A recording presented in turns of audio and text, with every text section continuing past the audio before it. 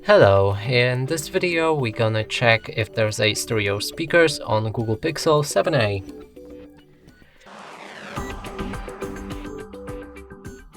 And to do this we'll need to find all of the speakers on this device, and the first one is at the bottom right here and the next one next to it. There's also one speaker on top of the screen right here, and that's a phone call speaker, and that's basically all of them.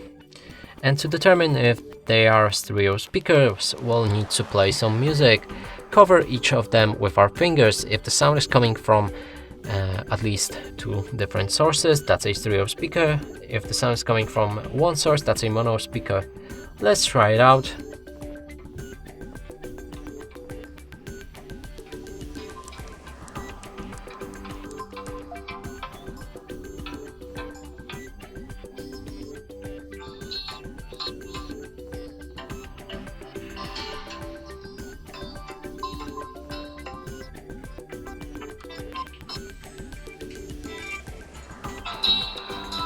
Okay, so for some reason sound is coming from this speaker, which is a phone call speaker, and this speaker as well, but this speaker is silent.